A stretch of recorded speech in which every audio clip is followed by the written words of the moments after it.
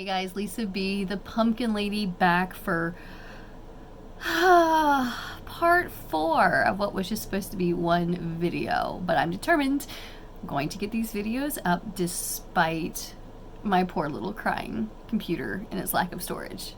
But we'll keep working on that.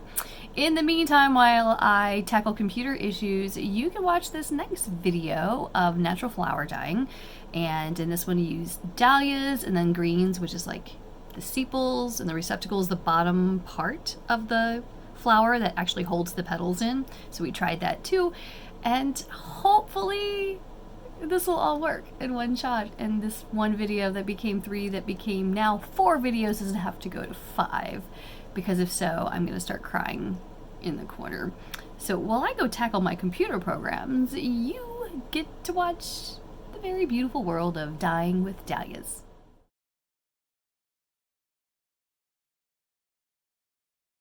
Color number 2. These were deep purple dahlias. I've separated all the petals. And I have here, I'm pouring in water. Now, it's about 3 times as much water as petals. The idea is you want enough water so that the flower petals have room to move around. But you also still want enough water to make sure you have enough to cover your fiber. Just kind of pushing those down. It's really cool to do this with your hands because look at that. How gorgeous. You know, outside in the light, these were like the deepest purple, and then you take off the flower petals and they really are almost like a deep fuchsia, some hot pink. So we're gonna let this heat up, let it simmer for an hour with a lid on, and then we will come back to it and put in our next piece of cloth. Isn't that beautiful? Look at the color. These were the purple dahlias that once I separated the petals still looked a little bit more hot pink, and it's looking fairly pinky down there. Woo. So I'm going to add another thing of cloth. Oh, it's going pink, y'all. See that? Okay, I'm gonna put it in. It's really hot, so I'm gonna use my little tongs. Push this down. I don't want it too wrinkled up. I really want the dye to be able to get in everywhere. It's already going pink. Yep, I think we're looking at some Valentine's fabric for show. In fact, I'm going to put in a second one because I really do want some fabric for Valentine's Day. So let's do 2. Put this in, and we're gonna let it sit. I think I'm going to give this a solid half hour. I really, really want this to be a good solid pink, not just a faded blush. Although, you never know, maybe it'll give me a peach blush. That could be pretty. But I'd like at least a solid light pastel pink would be good. So, I'm going to put this all in here. And we're going to let it sit and see what happens. Isn't that pretty? Okay. So this is side by side. These are 2 pieces of white Aida cloth. There's really no difference between them. In the same dye bath for the same amount of time. And the one on the right is actually, I mean, it looks a little rose. Depends on the light in the picture here. But it's kind of, it is beige with this dark modeling to it. And then this left one, oddly enough, is a darker shade of beige. With even, in my light, it has a little bit of a green hint. I have no idea why.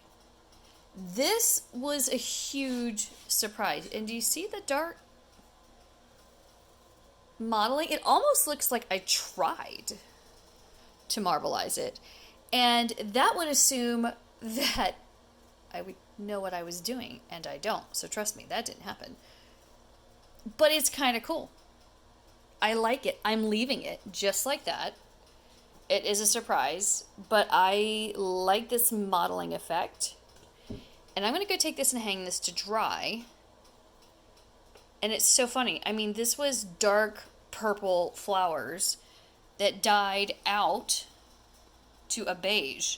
And it kind of made everything beige with like a bluish purple modeling. That didn't show up the first half hour. It was not until the second half hour, until this was in a full hour dye bath. Wow. You just never know what you're going to get.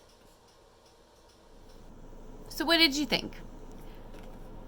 It was a surprise doing the dahlias, but the surprise isn't over. So when I started the project, you had those really purple flowers, purpley pink, really deep fuchsia color. Put just the petals, that was it, just the petals, into the pot, simmered them, brought out the color. When the flowers were removed, they were kind of a beigeish color. But it left in the pot that rose dye, right? So when I started and I put the Aida fabric in, it turned light pink. Cool. Half hour later, it's beige. Don't know why. Leave it to sit longer to see if it would go a deeper color. So then it's sitting in there for an hour in the dye bath, which is still a very deep rose fuchsia-y pink. The fabric was still beige, maybe a hair darker, but then had bluish purple modeling. That isn't even the biggest surprise. So you thought you saw the biggest surprise. No. Then I'm super freaked out because I took it all out, rinsed it, hung it up to dry. When it dried, now remember, it went from a white piece of cloth in a fuchsia dye bath, went from beige to beige modelly blue, took it out, dried it,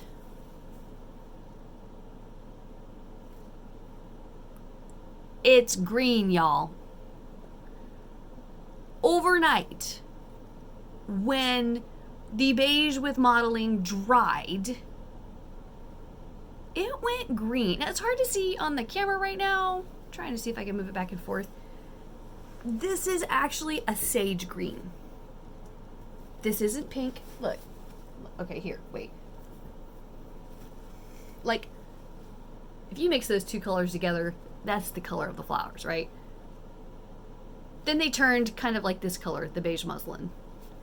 Maybe you can notice it up against that it's a little bit. Now see against the beige muslin, look. It turned sage green. Flowers like this turned to green. After they turned pink, after it turned beige, after it turned beige with blue, and then after it spent the whole night drying. It's pretty, but it's a light sage green. How does this happen? I would like to know. This girl needs answers. I mean, I knew there was going to be surprises to the whole dyeing process, but how do you get from white cloth to green with this kind of flowers? I got nothing. I don't know. It's crazy.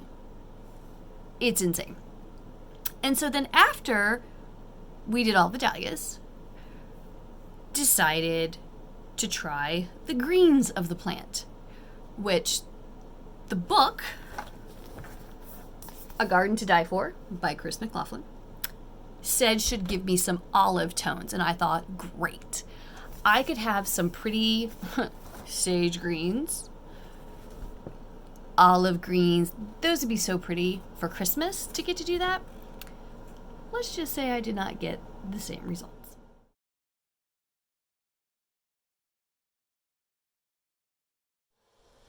So I poured out all the green flowers, not the flowers, excuse me, the base of the flowers, the part of the plant that holds the petals on, and you can see instead of green, I have gold.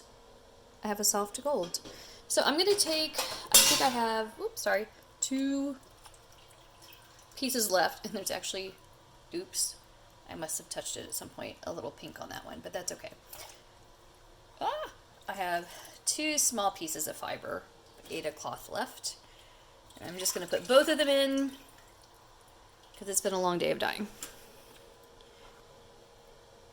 And I can already see a little bit, so obviously this is going to be some kind of gold. I don't know if it's going to be like a soft pastel, or if it's just going to change completely, like the Dahlias did, which is really bizarre. Totally bizarre. So I'm going to mush these around a little bit. It's super hot. Super duper hot. Which is why we use tongs. Keep my little finger safe. Alright. I'm just going to start this. Going to let it go for about half an hour. See how rich we can get the color. I mean, it is taking. It's kind of hard to see. It's starting to go a little ivory. Which is probably how it's going to end up. But let's get a little richer shade of ivory. And we'll see. We'll check on it again in 30 minutes. Alright, it's been about a half an hour. And it's kind of hard to see on the camera. Depends on the lighting there. It's actually kind of like a goldenrod. You can see it in there a little bit more. There you go. Yeah, it's just a light gold. And this is from green plant base. What all the flowers held on to. And I can tilt it, and the green, I mean, it might have a little bit of a green tint to it, but that's gold. And it came out like a goldenrod, an ivory, golden, kind of a pastel yellow. That's a better description. This whole process has just been crazy. I just wanted to take one last look at the dye that we did today. And it's still, to me, so crazy. So we started off with marigold. That's marigold. Orange marigolds. That's the color of dye. And yet, when you dyed the fabric, it came out yellow. The next two, it looks like a deep amber honey, almost a raspberry color. This is the purple, from the very fuchsia Dahlias, that when you dyed the fabric came out a light sage green. How do you get sage green from this color? I don't know. And this, I used the plant base, what the petals held onto. So the actual green plant fibers made a yellow lemonade color.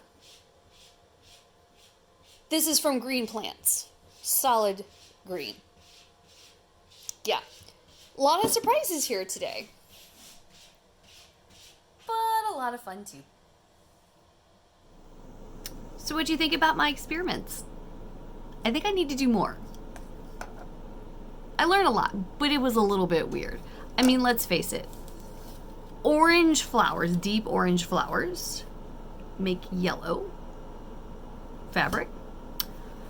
Dark fuchsia purple flowers make sage green fabric. And green, basically plant stems, equal pastel yellow. This has been crazy. It has been a crazy experiment, but oh so cool. I have loved it, and now I need to do more. So now it's time for me to get out my seed catalogs and spend some time this winter trying to see what I need to grow to make other kinds of plant dyes for next year. If there's a kind of flower you'd like me to grow and then dye, I'll try it. Post it in the comments below. And I thought we could do something a little bit more fun. My dear hubby Jack, the cross-stitching virgin, is now going to be a cross-stitcher like us. But I think I'm going to make him go one step further. I mean, we're already going to try the whole process, right?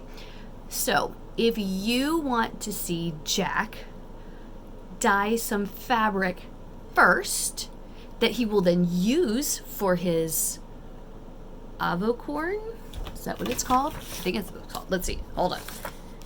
Avocado. Oh, here it is. Yes.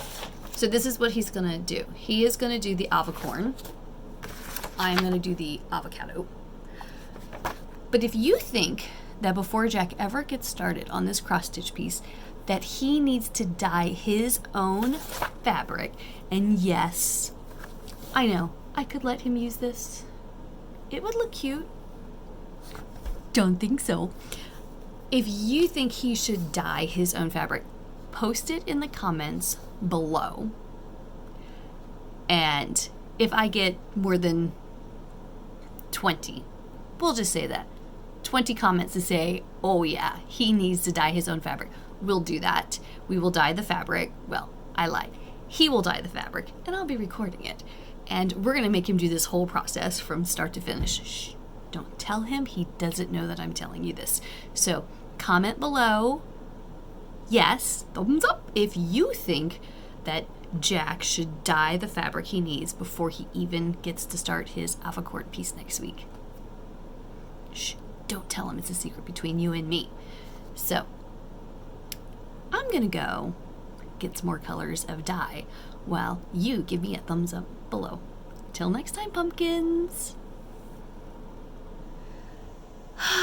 So we did it. Finally, you've hung in there. I haven't been committed yet. We have gotten through this video series, and you would think by the end of this I would be so done. And technically I am, but nothing that a little bit of chocolate and coffee and kittens can't fix. So I'm gonna go eat those, drink those, and hug those, and not give up. I'm gonna be doing some more dyeing videos soon, because after all, my hubby, who is gonna start stitching with me, has gotta dye his own fabric for his cute little avocorn, his little avocado unicorn. And I have a feeling, if I know him, it's gonna be rainbow tie-dyeing for his fabric, something like that. So we're gonna go work on those projects, and can't wait to hear from you, see what projects you're working on. Just comment below, and if there's any kind of dyeing techniques or things that you would like us to try in the future, let me know, because despite the computer issues, it's a lot of fun. And, you know, any excuse to cross stitch is great by me. Till next time, bye pumpkins!